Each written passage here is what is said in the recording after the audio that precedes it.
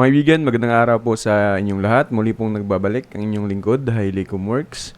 Mga kaibigan, kung kayo po ay baguhan pa lamang sa atin pong YouTube channel, huwag po niyong kaligtaan na mag-subscribe, mag-like ng ating mga videos, at syempre mag-hit po ng ating notification bell para po tayo po ay ma-notify kung meron po tayong mga bagong video tutorial.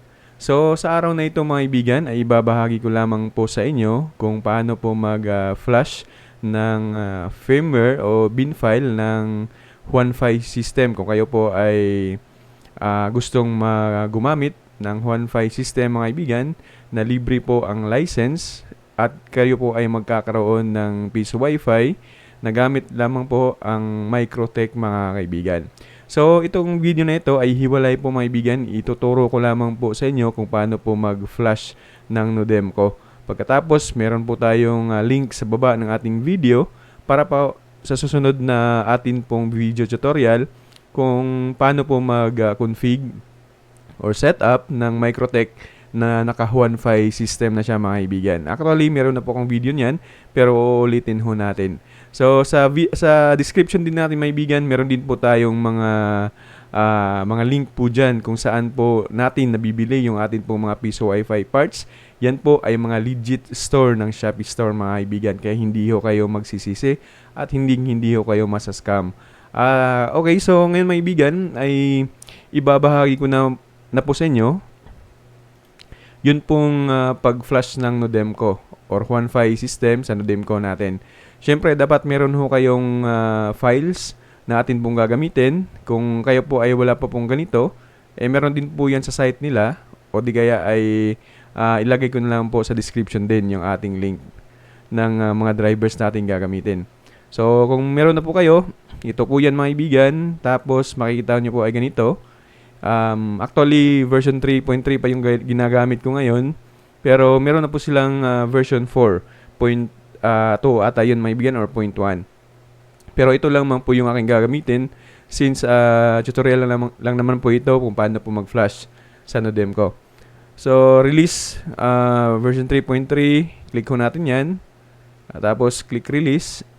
Tapos, kasi wireless yung gagamitin natin, wireless yung i-click. Kung LAN-based naman, LAN-based po yung i-click mga kaibigan. Okay, so wireless, click ho natin to, wireless base.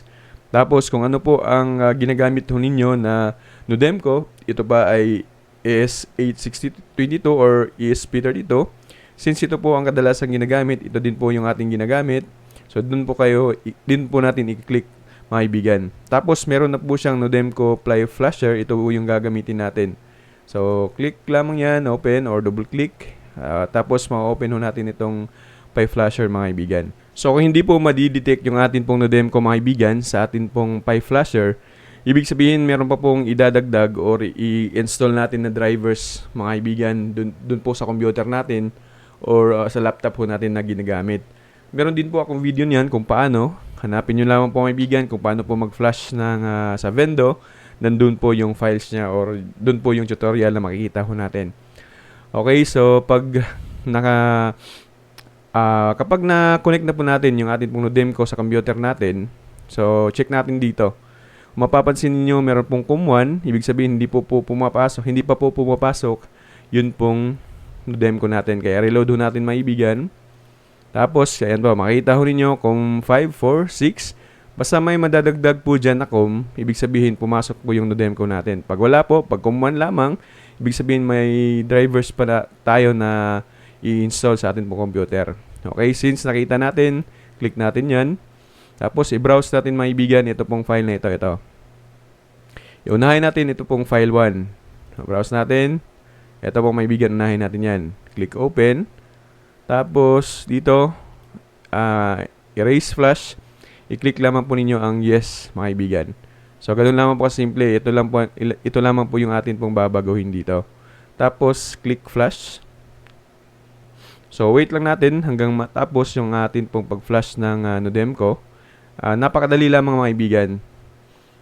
Basta goods lang yung atin pong Nodemco. Kapag sira po yung Nodemco natin, mayroon pong factory defect, malalaman natin yan kapag yung pag-flash natin ay sobrang tagal. Actually, napakadali lang naman po ng pag-flash ng Nodemco gamit yung Huanfei system mga kaibigan. Nakita nyo po, 89, 94%. Ayan, so successful na po tayo mga ibigan. Yan po. Firmware successfully flash. Ibig sabihin, okay na po yan. So next natin gagawin, wag po ninyong tanggalin muna. Browse tayo ulit mga ibigan kasi ipapasok natin itong file 2. Ito pong 1.5 flash file 2. Ayan. So pasok natin yan. Tapos dito po sa offset address, baguhin natin to. Itong 0 na yan. Makita po nyo 0x0. So yung pangunang 0, no? Na kasunod ng x, gawin natin yung number 2. So, ganun lang, number 2. Simple lang mga ibigan. Tapos ito pang erase flash, click natin yung no. Siyempre, para hindi ma-erase yung na-flash natin na una. So, yun lang mga ibigan na. Yung offset address, yung 0, lagyan natin ng 2. Ilagay natin 2. Tapos, erase flash, no natin mga ibigan. Okay, so click flash, no-dem ko tayo. Ganon din naman yung ating pag-flash kanina at ngayon ay kapareho lamang po mga ibigan. Napakadali lamang po. Okay, wait lang natin mga ibigan ha. Ayan, 100% agad.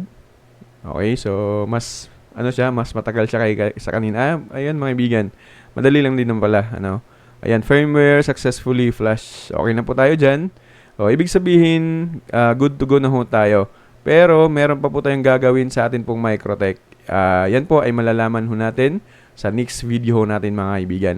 Siyempre, para po malaman natin na goods po yung atin pong pag-flash, kailangan nyo mo po ng i-disconnect yung modem ko na na-flash ho ninyo.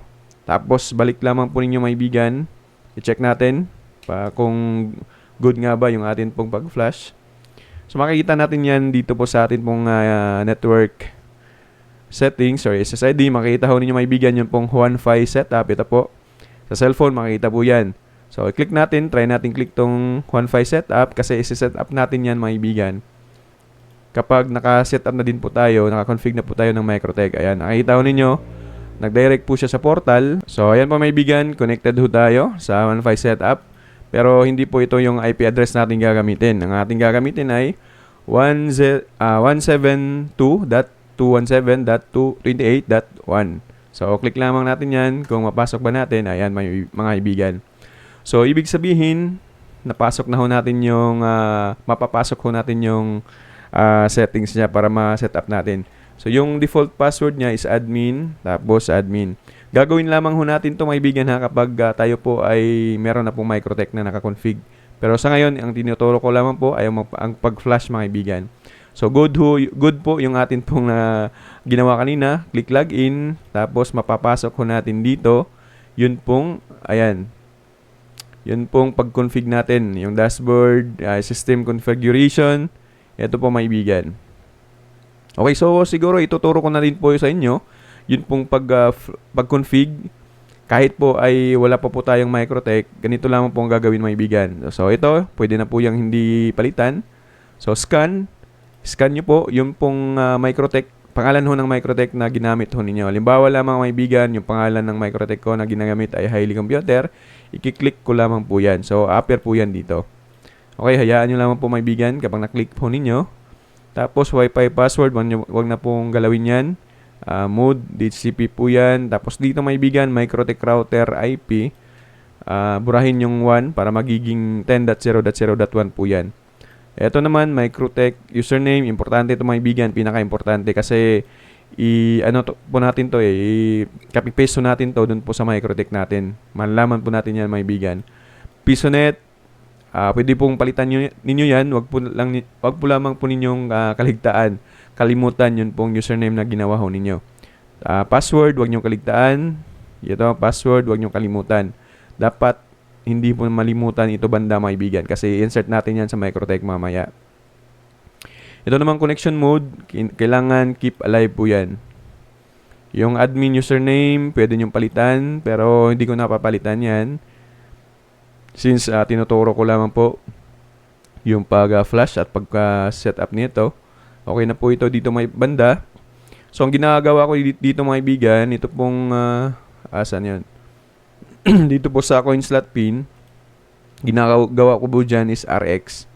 Kasi sa RX kasi, mas stable yung kanyang paghulog kasi natin. Naranasan ko kasi yung, sa 6, hindi po siya, hindi tama yung mga credits niya.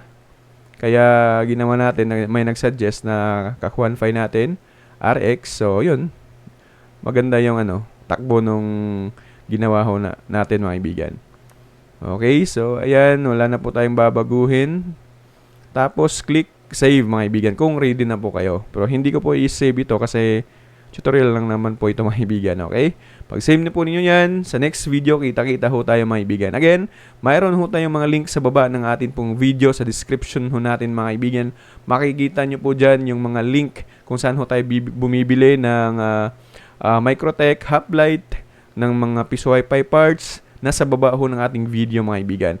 Syempre, again, huwag ho ninyo kaligtaan na mag-subscribe, mag-like ng ating videos, mag-share, at mag-hit din po ng atin pong notification bell bilang pasasalamat na din po mga kaibigan. Again and again, magandang araw po sa inyong lahat, and God bless us all.